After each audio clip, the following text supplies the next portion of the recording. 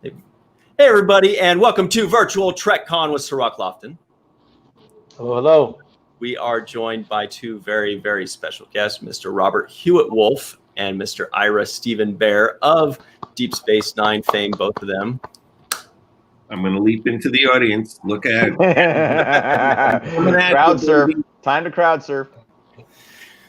So this is a live video, so if you guys that are watching have any questions, throw them out. Maybe we'll address some of them, but we have a lot of stuff to talk about. This is going to be about Deep Space Nine, about writing, about character development. These two gentlemen are always extremely insightful. It's like they're teaching a class when we get to talk to them.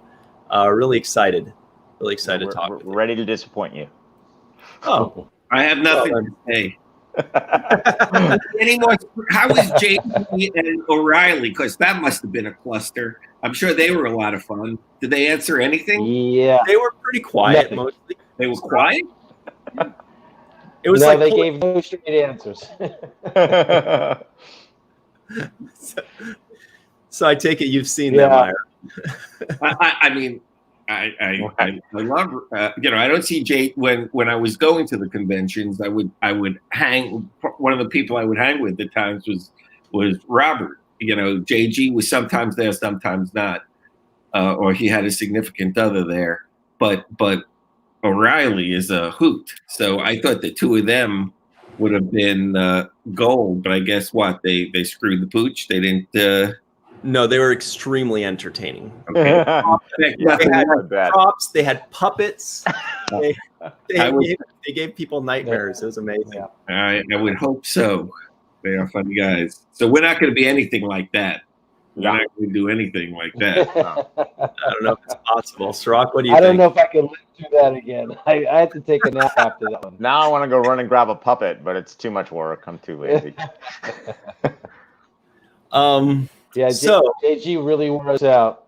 They were almost on the Deep Space Nine panel. Can you imagine? That would have been those two, man.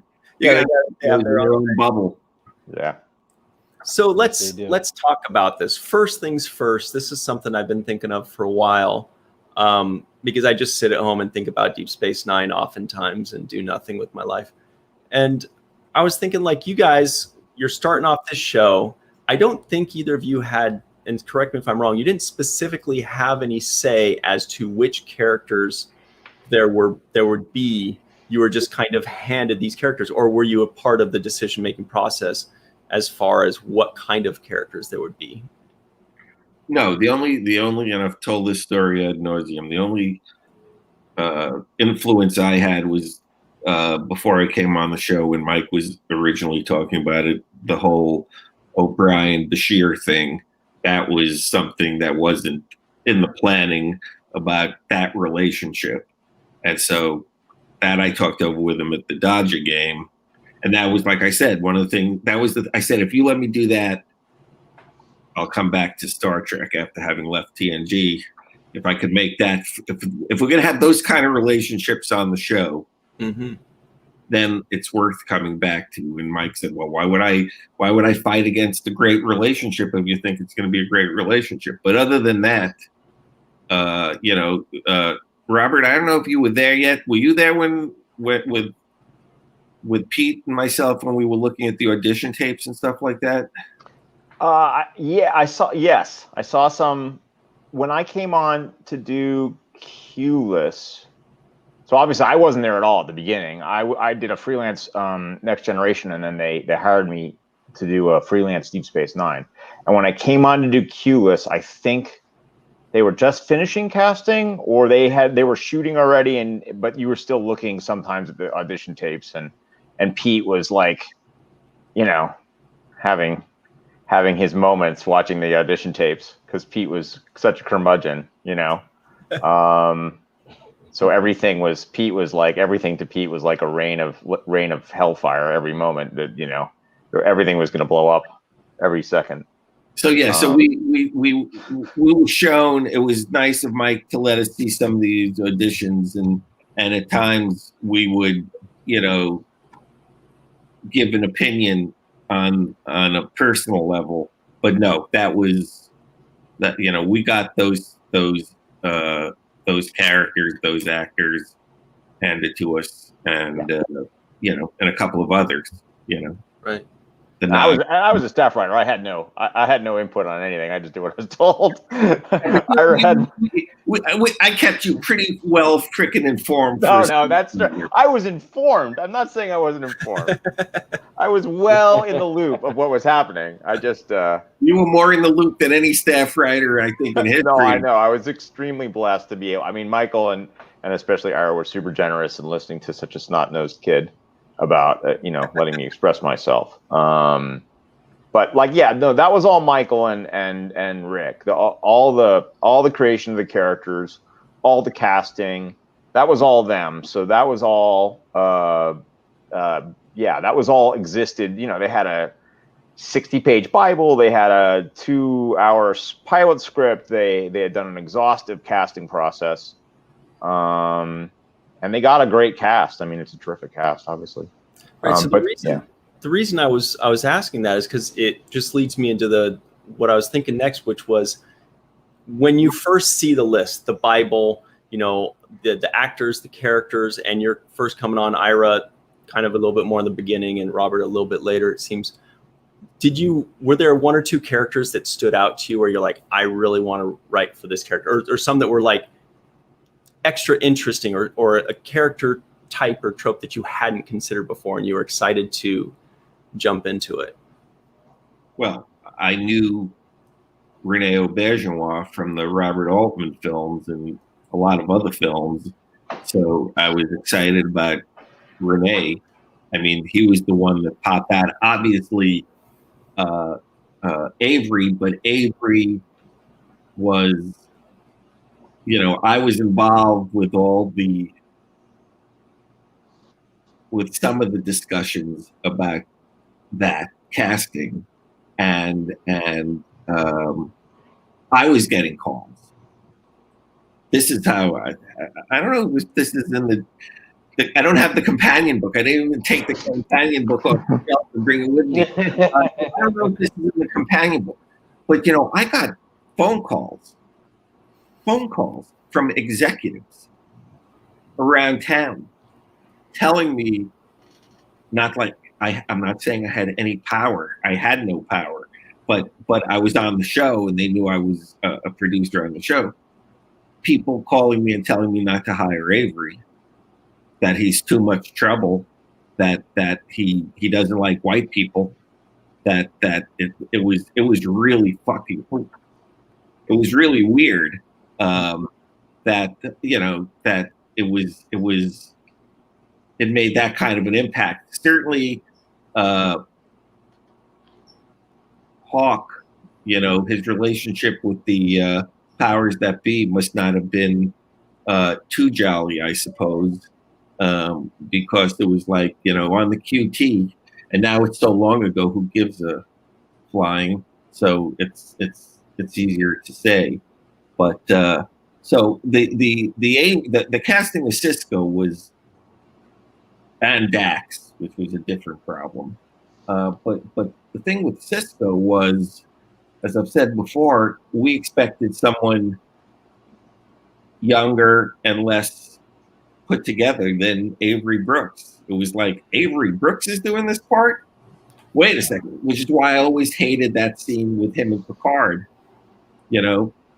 I wish they could have rewritten that scene, because it would have worked better with a angry younger guy against the mature, older, more experienced Frenchman. But it was like it was Avery, and I wanted Cisco to win that argument and to have Picard say, you know what, you're right, I'm wrong, I'm sorry. Here, take my pips, take it all. That's what it felt like to me. If they would have had some of the other actors they had talked about who were younger and would have hit that a little better. But there's always like a not a friction, but there's always a period of adjustment on every TV show when you start the show, and this is like nothing I knew about at the time, but now in retrospect, there's always this period of adjustment where you write the show, you write the characters, you write the Bible, you write the pilot, you have the characters in your head, and then you cast them.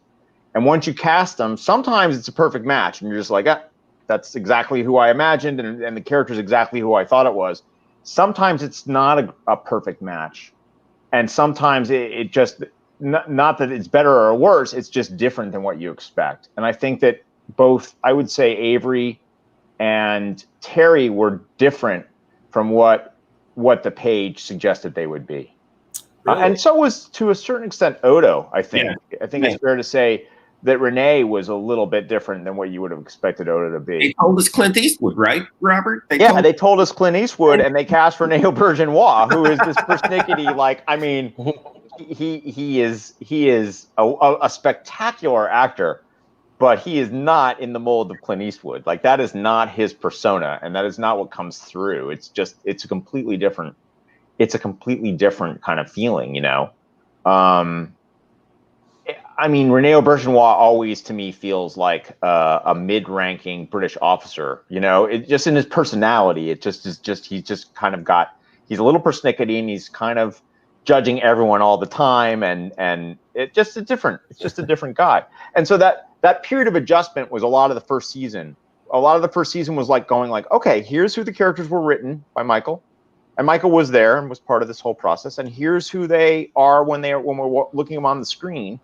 Like, we need to write towards who they are on the screen, because you can never really, you're not going to make Renee Auberjonois into Clint Eastwood. Like, it's ridiculous. You're not going to make Avery Brooks play a hot-headed young Starfleet officer, even though they tried, shaved his beard and made him grow his hair to make him look that way. At the end of the day, that's not who he was. He was a man, he was like the man. And it was clear very quickly that that's how we had to write him. How was Dax different? Yeah. Sorry. Were you saying something, Cirroc? Cirroc, you gotta. Well, nope. I had a comment there. Yeah, I wanted to ask you a follow-up on that, and that is,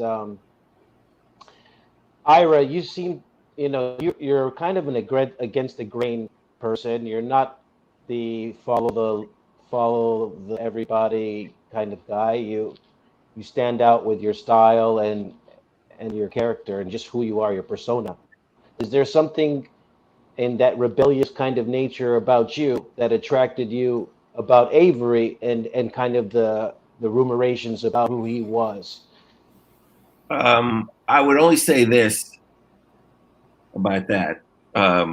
My wife has always found it amusing, and sometimes very not amusing, that I am interested in people who are, as you described. I don't consider myself so much that way, but I'm definitely into people who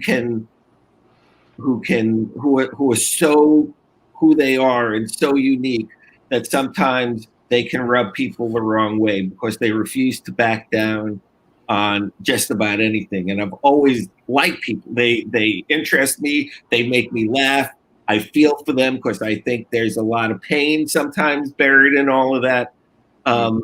So I thought that was, and I'm not put off by those people, especially if they bring stuff. It's not that alone isn't what makes them interesting. If they have talent, if they have a brain, if they have a humor that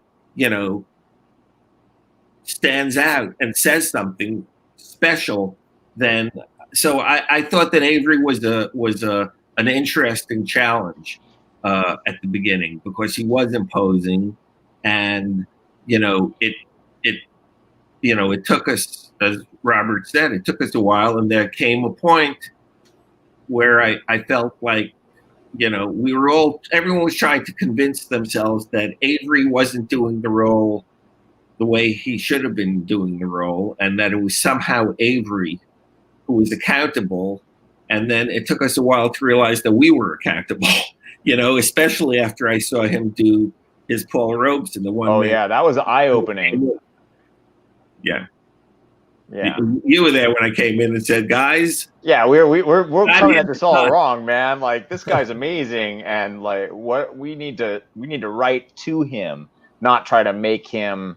I mean, we'd already done that with Dax. You were asking about Dax, and I think the big difference for Dax and Terry is that Terry is just this lovely, funny, charismatic, bubbly person, and Dax was supposed to be very zen, very like Yoda-esque almost, like supposed to be like the font of wisdom and really calm and really even keeled and just like a rock and reliable. And that's, Terry was 28 when she got that role. She was not an old soul. Like Terry is an open and lovely and amazing person. But some people just have that old soul quality, and that's not Terry. That just isn't who she is.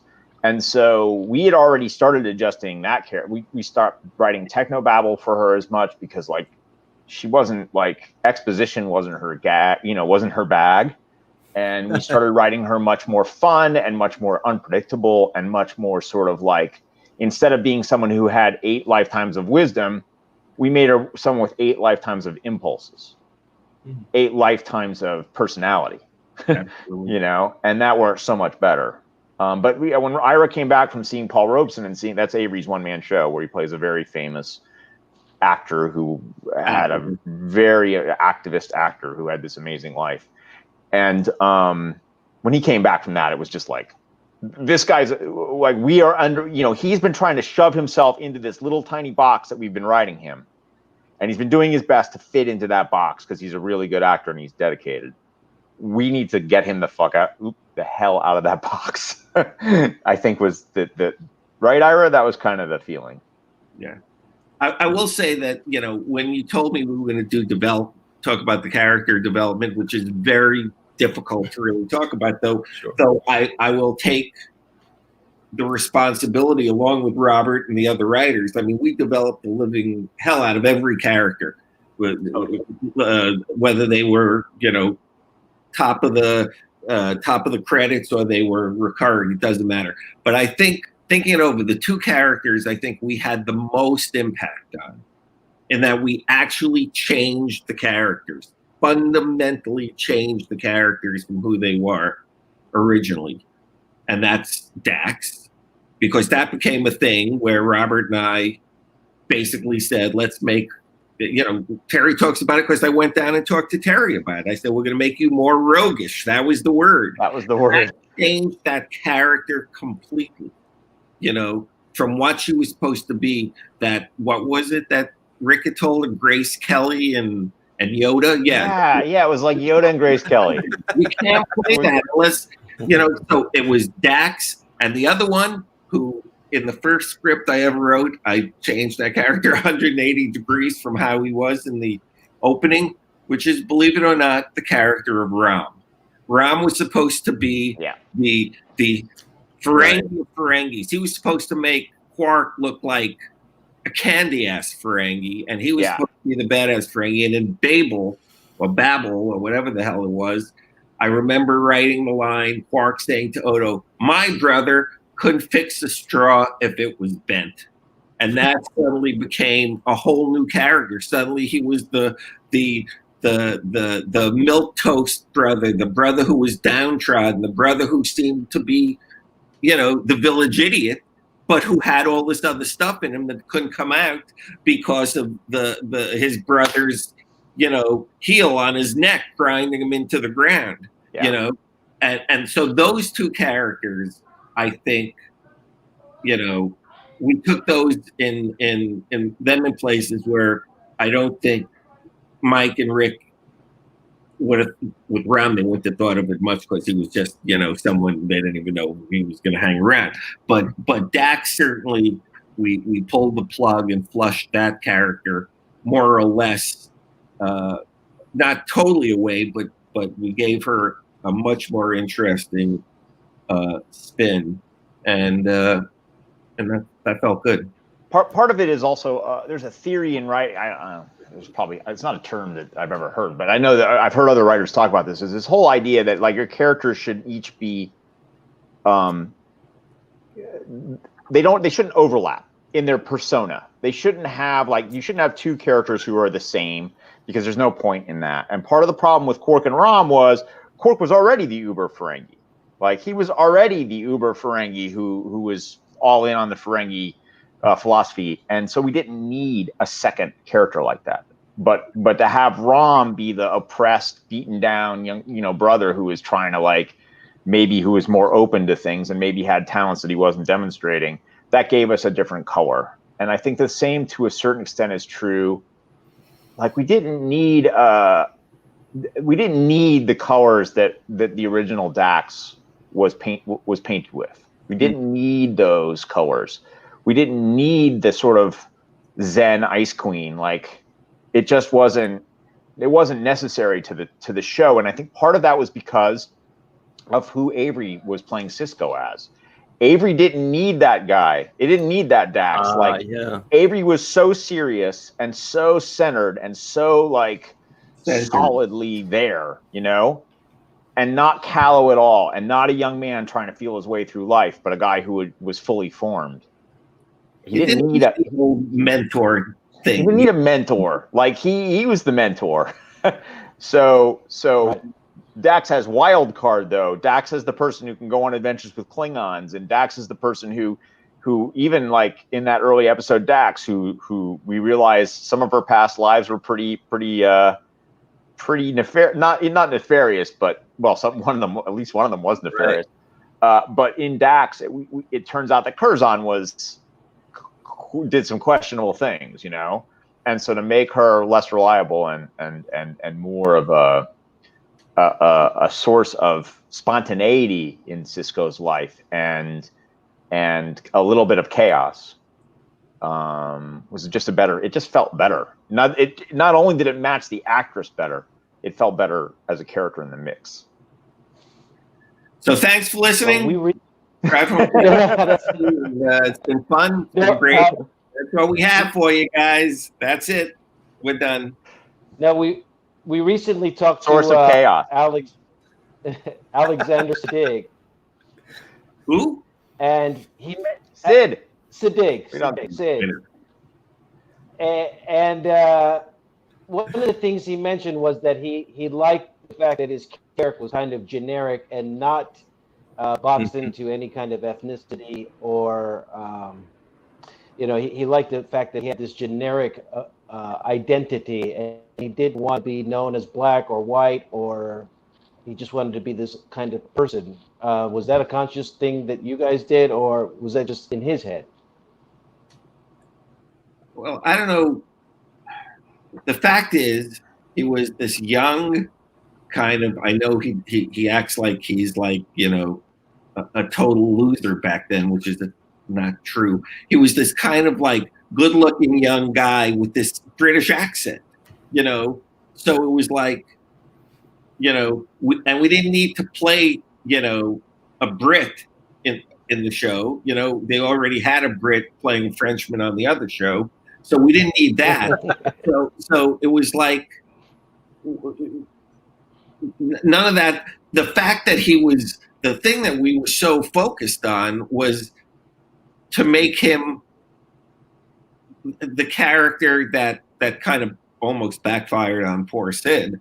The powers that be came to not be fond of the character that we were writing for him at the beginning, but to make him that kind of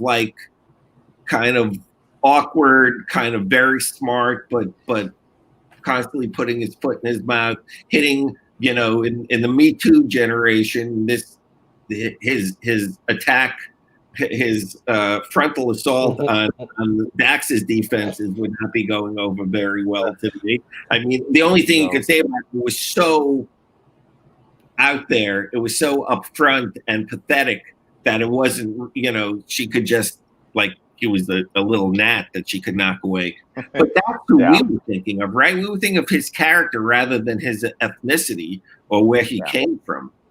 Well, and that character is they changed the character they changed his name when they cast Sid. Like the character's original name was like Amoros or something Amoros. like that. It was Amoros for the Dodgers. Yeah, and love, of course, right? It's Latin. But the lover, the guy who wants to be the lover anyway, and they cast Sid, and they were like, let's change his name to something that actually rings a little more true for him. And then inadvertently named him after his actual real life evil uncle. But yeah, I think it was much more like leaning into that archetype of that kind of guy who had a lot of book learning, was really brilliant, but had probably spent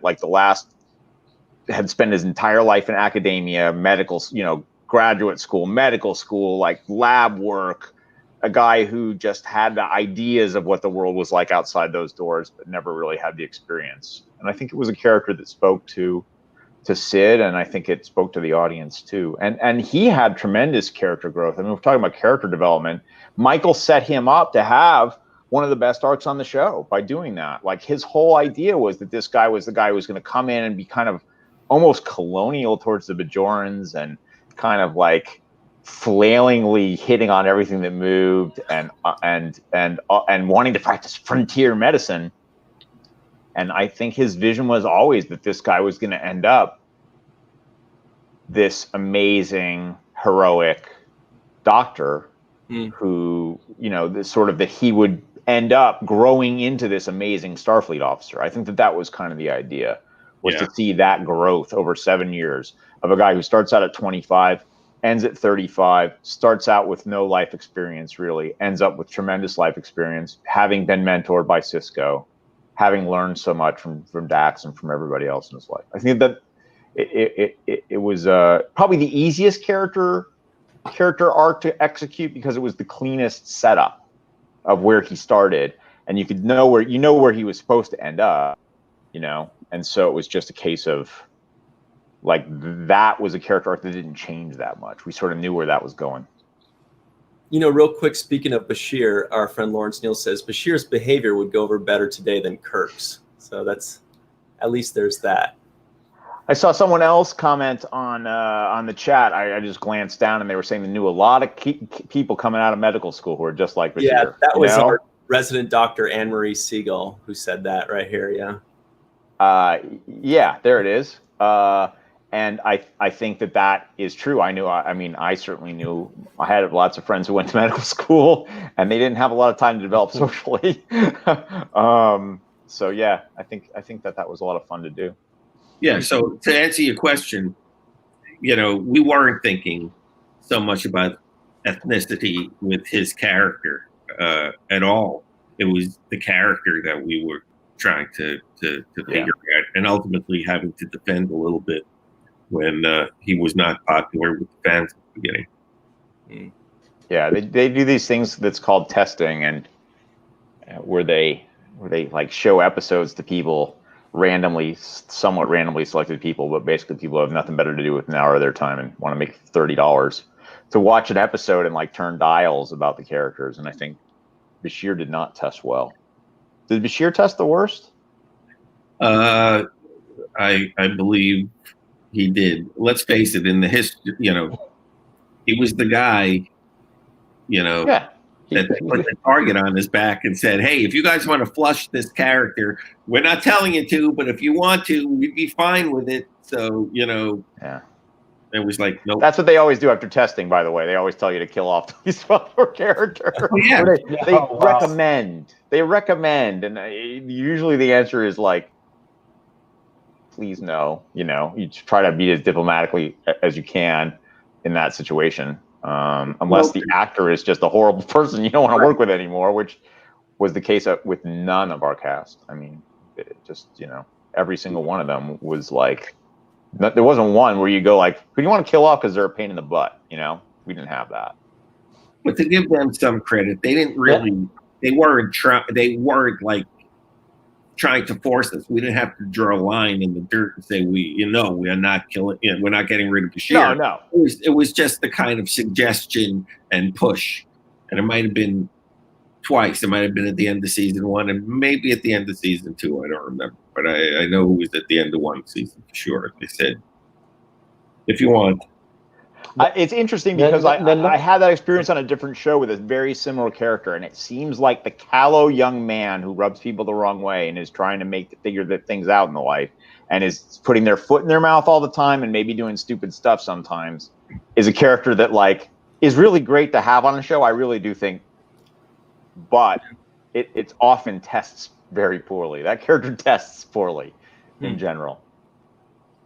You were saying, Cirroc?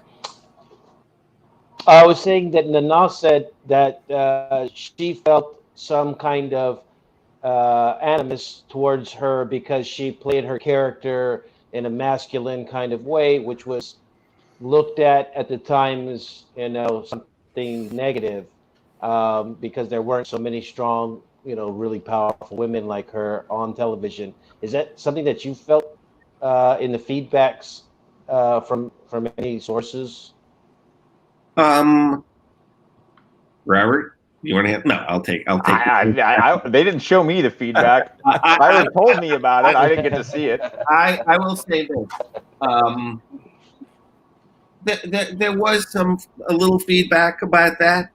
I mean, if Nana was here, what I would say was, you know, at the beginning of the show, like with a lot of the characters in the shakedown period, I thought that the character did at times come off a little one note, you know, because we kept writing to that, you know, it was such a bold character. The woman, you know, we called her the toughest woman in the galaxy. You know, we called her John Wayne, you know, in a positive way, not in the John Wayne of who he was as a human being, which can be debated ad nauseum.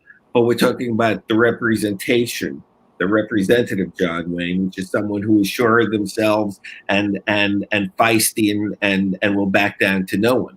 You know, we had to find, you know, you find this thing, we're going to have a terrorist, next terrorist, you know, and it's like, oh, that sounds like fun. Let's hit that one. It's like the monkeys. Let's hit that button. No, we're just playing the same note on the piano over and over again. Oh, I like that. I like that. Let's keep doing that. And it was like, whoa, we got to make this, you know, we got to have more shading.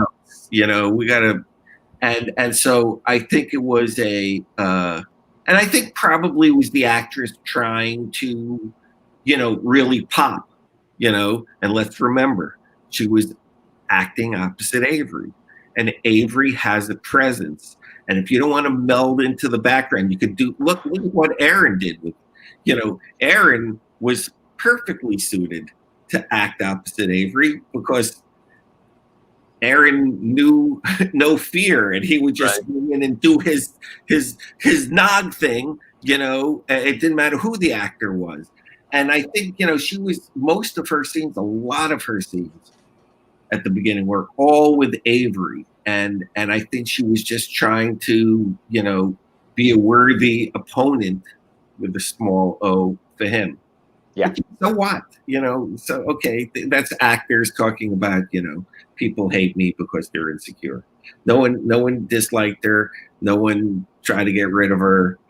It was let's do something more with the character than just have her walk around, you know, like a gunfighter. Like a gunfighter, yeah. Well, you know, I think that character was always a character. People were barely, I think, aware of PTSD at the time, but that was a character that was supposed to be haunted by what she did, supposed to be devoted to her cause and to her religion in a way that, like, a Federation officer never would be.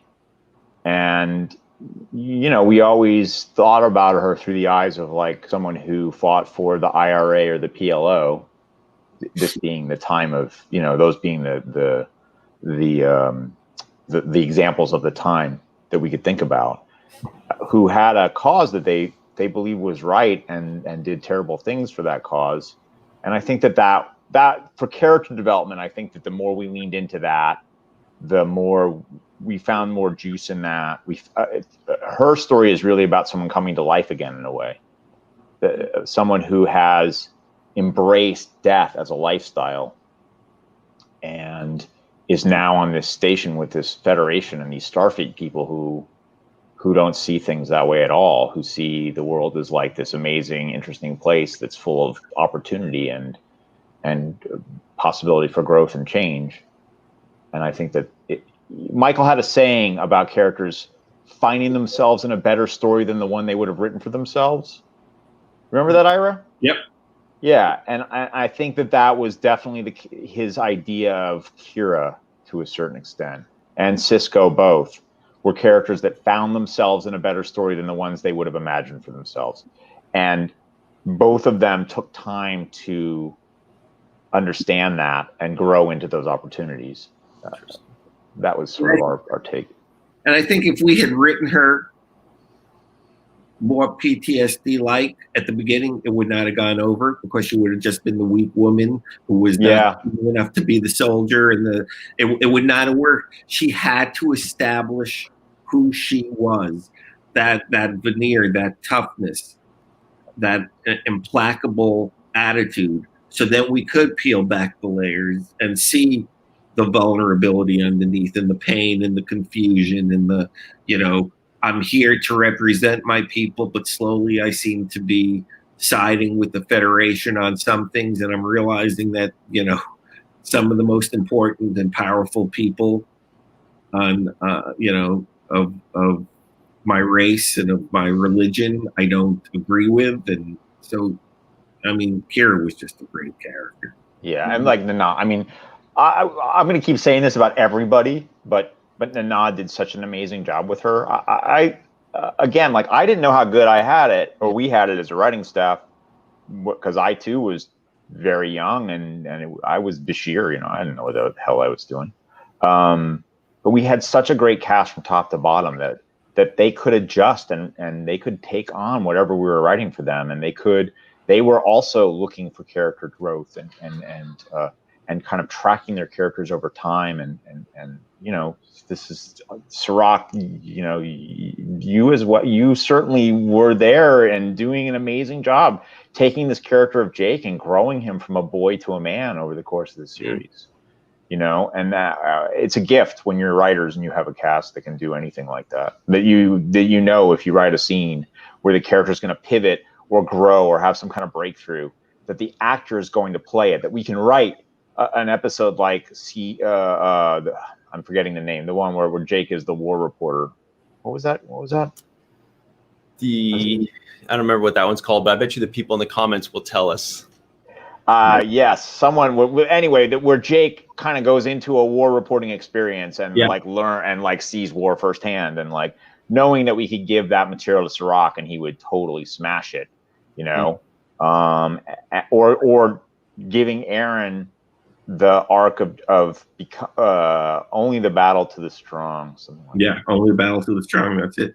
Yeah. Giving nor the battle to the strong. Yeah, something like that. Being able to know that you could give. Oh, we just lost Cirroc. I'm saying all these nice things, and I know Cirroc cuts out as soon as you start. As soon as anyone says anything nice about Cirroc, his internet connection goes bad. But being able to give Aaron all the stuff we were able to give him about becoming a Starfleet officer, about his PTSD, losing the leg, all that stuff, knowing we can give him that growth because he as an actor was capable of playing that growth, knowing that we could give every single person on our main cast those kinds of amazing moments. The thing that bugged us, the thing that I remember bugging us at the time, was all the thing about whether the show was getting the respect and all the stuff that we were feeling about the show, not landing for whatever reason. It wasn't doing what we thought it was going to do in terms of the fan base or the Trek fan base.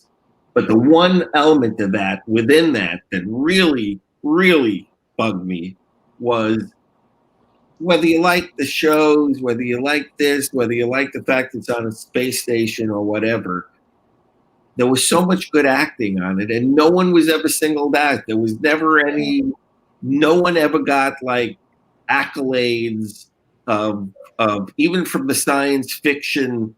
Now forget about mainstream. Yeah, forget about Emmys. But even within the fandom and the genre, no nominations for anyone. It was just really weird because we thought we had this unbelievable cast, and we did have this unbelievable cast. And they were doing it for so many episodes and for so many years. It was annoying. It was annoying. I mean, it led to the documentary ultimately, which was the main thing. It was about the actors. Let the actors speak and talk about that time. It's weird. Somebody asked a question a few minutes ago. I don't remember their name, so forgive me. But they asked if there were any characters or how you felt specifically about if they were to use Deep Space Nine characters in the current iterations of Star Trek, like moving forward, if that's something that you'd be interested in, or specific characters that you'd like them to use, or do you want them to be just kind of left alone as these pristine, finished stories? I really don't know, and I don't really have much of an opinion. I mean, I'd like the actors to get work, but I don't think, but that would be the only reason. Again, it's 170 some odd episodes, and there's plenty of, whatever. The one thing I would hope that they don't do, which is the thing I've always been concerned about, is I don't want them to recast. I don't want to see someone else playing Odo. I don't want to see someone else playing Sisko. I don't want to see the young Sisko, particularly. I don't. I'm not jonesing for any of that. I would like them to use any character that I would get paid for. There you go. Good point. I would love them to use Kai Wynn, but as difficult as that might be, or Martok, or any Cassidy Yates. Why not use some Cassidy Yates? No, look, I think that if it could be done in a fun and respectful way, I think it would be great. I think that there are definitely characters like I personally think like you could do a really fun run with Bashir on Picard, for example, and have Sid play him, or see Quark or something like that. I think it's, to me, I would probably steer away from the main characters. It's harder to imagine doing, like Ira's saying, it's harder to imagine doing Sisko. But we have. Anything that brings attention to Deep Space Nine, though, at the end of the day, that's what people are hoping for. Especially on shows like Lower Decks, where they're bringing in all these references. Feels like Deep Space Nine's getting a few less references. So I think that might be what they're talking about there. I mean, I certainly love seeing a Bajoran on Lower Decks. I'm excited to see some Trill on Discovery. I think that we saw the space station for a second. Establishing shot. Did we? Yeah. On which? On Lower Decks? Yeah, when Mariner did her flashback, I believe she was remembering. And there was a joke about O'Brien being like the most important Starfleet officer in history. I enjoy that stuff. Like, I think, but like I said, it's more like, I feel like shout outs like that are like the kind of acknowledgements Ira's talking about in a way. I mean, we didn't really get them as much as we would have liked in the day, but I think the show is aged extremely well. And I've met some of the people who work on Lower Decks and they're it's like the Discovery cast I've met. They're all really good people. I really like them, and I certainly wish them all well. Yeah. Jake, someone just said Jake would be great on Picard, and I agree. A couple people have, yeah. I would like to see Jake. I mean, I think it'd be fun to see Jake again, see what he's up to. Well, he makes the most sense.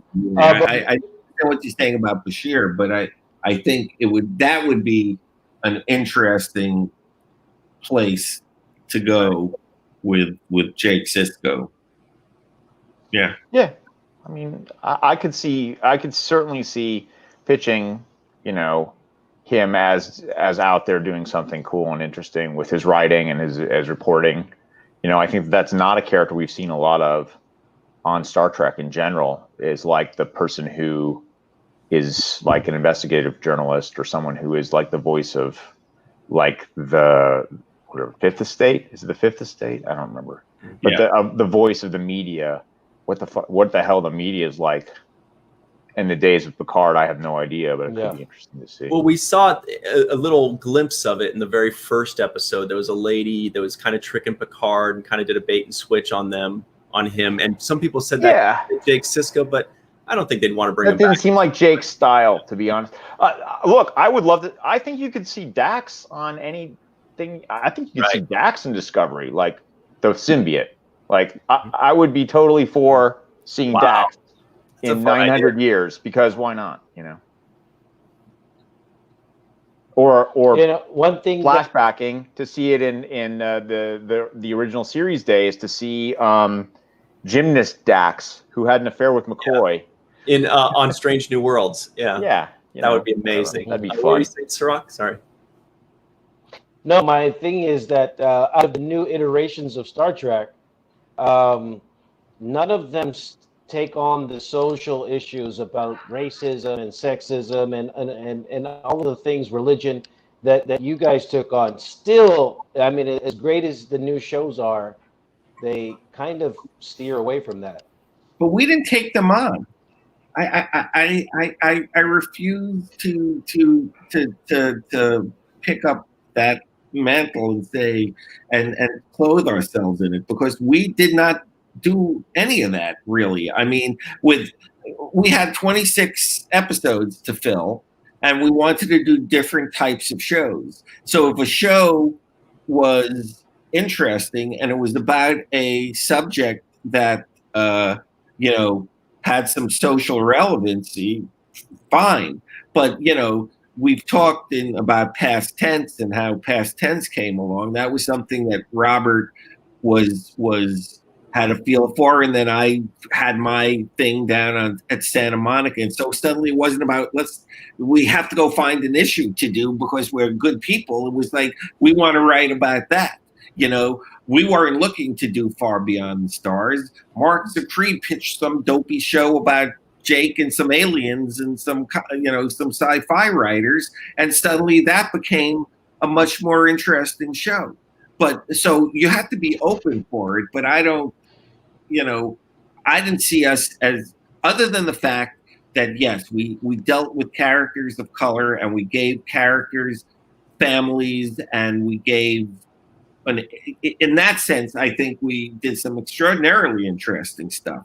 But, we weren't there fighting the fight. We did rejoin because it was an interesting tale to tell. But, I think Ira is understating. Really? Did we sit around and go? No. But look, but let's be honest. Like, no, we didn't sit around going like, we need to do an episode about racism today. We didn't sit around doing that. But when the opportunity came to have moments in episodes that were about the characters that we loved and wanted to tell stories about, when we had the opportunity for those moments, we didn't shy away from them.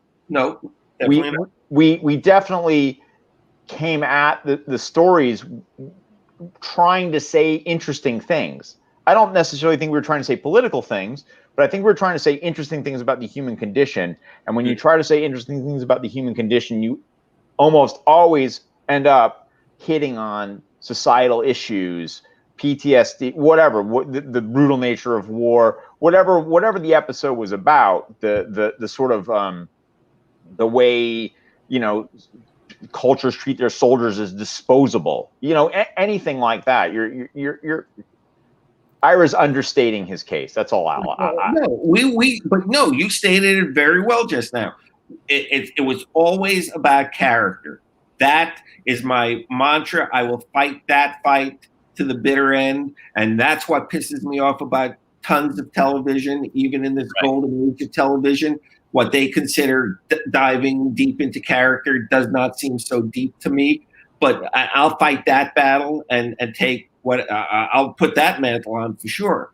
Character, because if you really stick to characters, you'll wind up touching everything in the human condition, the human heart in conflict with itself. It's the only real thing worth writing about. But no, it wasn't about, we weren't sitting around like, let's talk about this war or that terrible thing that's happening, or racism or any of that shit. I saw someone in the comments saying, a very special episode. Like, we never set out that is what Ira is saying is correct. We never set out to do a very special episode. Like, Past Tense was not intended to be a very special episode, nor was Rejoined, nor was Far Beyond the Stars. None of those were. It was always. They always came organically from trying to tell the best possible story. So in that case, yes, I think that what Ira's not giving himself, and I will give him, a huge amount of it. Like, he was the steering force for the show for 5 years.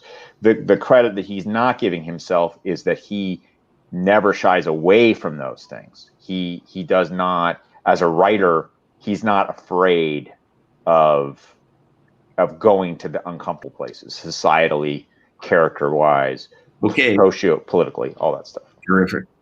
Good stuff. Pretty much, sorry guys, but everybody out there still thinks you're heroes. Sorry about that. Whatever, they can think whatever the fuck.